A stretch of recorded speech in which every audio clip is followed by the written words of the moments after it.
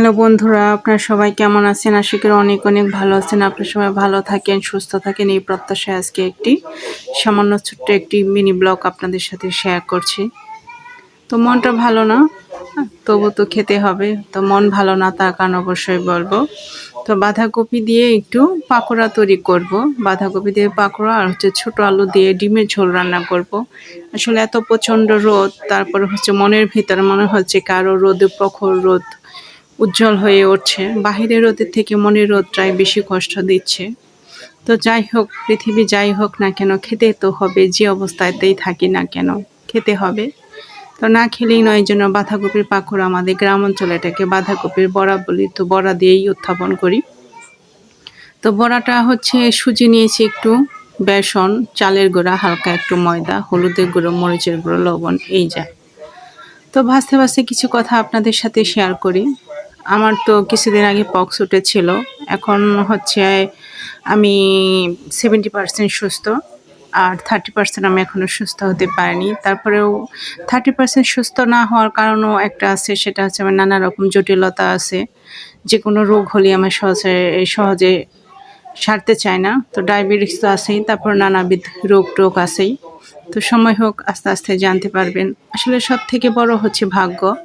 ভাগ্যের বাহিরে কেউ যেতে পারবে না। তো যাই হোক, আমি প্রায় 15-16 দিন অফিস করতে পারিনি। প্রাইভেট জব, ছোট্ট একটা জব। এর থেকে বেশি যদি ছুটি কাটাই তাহলে হয়তো বা আমাকে নাই করে দেবে।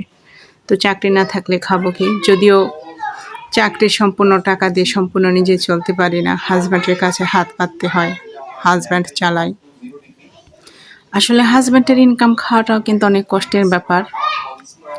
তো যাই হোক, সেই কষ্টগুলো নিজের ভিতরেই রাখি। কখনো যদি সুযোগ হয়, কখনো যদি আপনারা সুযোগ দেন যে না, আমার মনের কথাগুলো শুনবেন, আমার কষ্টগুলো বুঝবেন, তখন অবশ্যই বলবো। তো যাই হোক, কথা বলতে বলতে বাঁধাকপির কয়েকটা পাকোড়া কিন্তু হয়ে গেছে, সেগুলো আমি নামিয়ে নিয়েছি। আর কিছু আছে, সেগুলো দিয়ে দিচ্ছি, মানে অল্প করেই ভেজে নেব। এখন তা বাসি পোড়া খাবো না, কারণ আমি নিজেই অসুস্থ, সাথে তিশা অসুস্থ, তিশারও পক্স উঠেছে। তো আসলে নিজের কষ্ট থেকে সন্তানের কষ্টটা অবশ্যই বেশি বড়, অবশ্যই বেশি ইম্পর্ট্যান্ট। তো ও ব্যথায় ছটফট করছে, কান্না করছে, নিজের কাছেই কষ্ট লাগছে। সব থেকে বড় কথা, আচ্ছা থাক, এখন নাই বলি। আসলে কিছু কিছু সন্তান যেমন সন্তান হতে পারে না, ঠিক তেমনি কিছু কিছু বাবাও বাবা হতে পারে না। সে অনেক কথা বন্ধুরা, আজ নাই বলি। আসলে মনটা অনেক ভার হয়ে আছে, মনটা অনেক কষ্টে জমা হয়ে আছে। বলতে গেলে হয়তো বা এরকম 100 ভিডিও দিলেও আপনাদের কাছে কষ্টগুলো শেয়ার করা হবে না, শেষ হবে না। তো এখন আজকে ওই পর্যায়ে না যাই।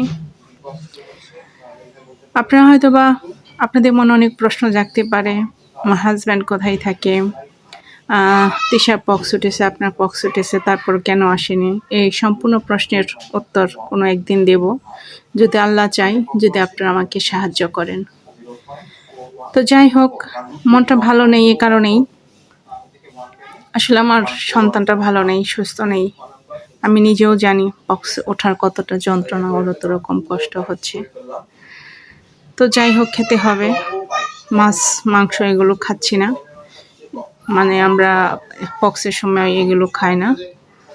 কিন্তু ডিমটা খাচ্ছি। ডিমটা ডক্টর বলছে সব কিছু খাওয়াতেই, তারপরেও হচ্ছে মাছ মাংস দিচ্ছি না, যেহেতু আমাদের গুরুজনরা না করতো যে পক্স উঠলে পরে মাছ মাংস, পেঁয়াজ রসুন আদা এগুলো খাওয়া যাবে না, মানে আদা না, পেঁয়াজ রসুন এগুলো কিছু খাওয়া যাবে না। এই জন্য এই যে অল্প অল্প ওই দিয়ে, মানে হলুদও খাইতো না, তারপরেও হচ্ছে ও তো খাবে না, অল্প কিছু পরিমাণ হলুদ দিয়ে রান্না করছি। তো ডিমটা দিচ্ছি, কারণ ডিমটা না দিলে পরে ঘাটা শুকাবে না। শুধু ডিমের উপরে চলছে। আর কিছু ফল ফ্রুটস এনেছি, যতটুকু সাধ্যে কুলেছে বললে ভুল হবে, সাধ্যের বাইরে গিয়েও। তো আপনাদের সাথে কথা বলতে বলতে তরকারিটা কষানো হয়ে গেছে। আগে প্রচুর ঝাল খেতাম, জানেনই তো, কিন্তু এখন খুব বেশি ঝাল খেতে পারি না। 2-1টা কাঁচামরিচ দিয়ে দিলাম। আর হচ্ছে একটু টেনশন হচ্ছে তরকারিটা হয় কিনা, গ্যাসটা চলে যায় কিনা। রমজান মাসের কারণে গ্যাসটা এখনও দুপুরবেলায় পাওয়া যায়, অল্প কিছু হলেও। তো জলটা আমি দিয়ে দিচ্ছি ঝোল হিসেবে, আর একটু দিয়ে দেবো, একটু পাতলা পাতলাই করবো, বেশি ঘন করব না, কারণ যাতে 2 দিন চলে যায়। আসলে এখন রোজ রোজ বাজার করা আমার জন্য কষ্ট হয়ে যাচ্ছে, রোদটা কেন জানি নিতে পারছি না। মানে পক্সগুলো না রোদে গেলে পরে মনে হচ্ছে চিলকায়, চিৎকার পরে ঝিকঝিক ঝিকঝিক করে, খুবই কষ্ট হয়। তো তরকারিটা প্রায় হয়েই গেছে, তারপর গ্যাসটা অনেকটাই কমে গেছে, এখন আর ধৈর্য কুলাচ্ছে না, ভালোও লাগছে না, শরীরটা খুবই খারাপ লাগছে। নিজের শরীরে ঝাঁকি লাগলে পরে নিজেরই খারাপ লাগে। তো একটু জিরা আর একটু গরম মশলা দিয়ে দিলাম, এখন একটু হবে। তো দেখি, চলুন দেখি কি হয়। যে মটরের ডাল আর হচ্ছে যে ডিমের পাতলা ঝোল রান্না করেছি, গ্যাসটা নেই, আর একটু জাল দিলে ভালো হতো, কিন্তু গ্যাসটা চলে গেছে, কিন্তু কিছু করার নাই।